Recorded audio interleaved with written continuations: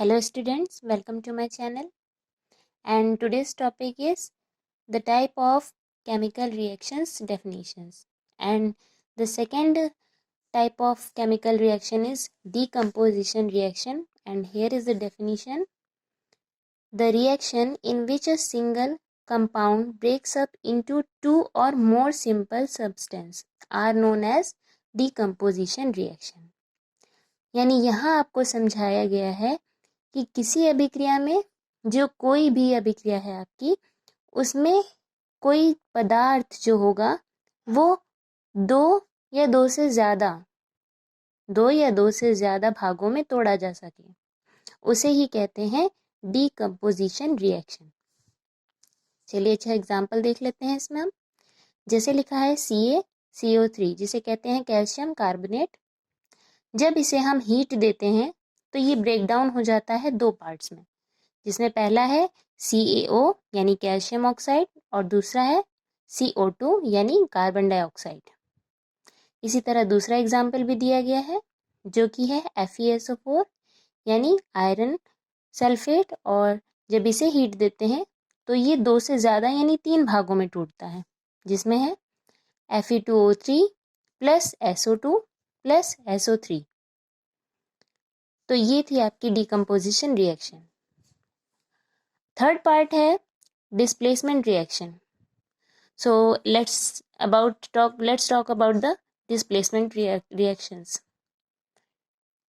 Here is the definition: those reaction in which a more active element displaces or removes another less active elements from the compound are called displacement reaction.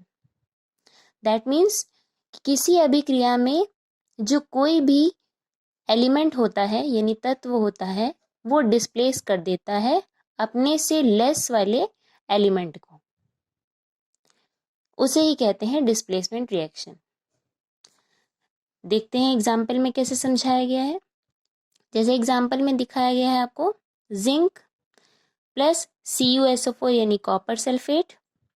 जब इसको react कराते हैं तो अगर आप आगे देखें तो ZnSO4 प्लस Cu, जहाँ पर जिंक जो है कॉपर सल्फेट में कॉपर को डिस्प्लेस कर रहा है, हटा रहा है, और हटाकर ये उसकी जगह ले लेता है, जो कि ये ZnSO4 में चेंज हो जाता है, यानी जिंक सल्फेट बन जाता है। यहाँ पे कॉपर सल्फेट किस में चेंज हो गया?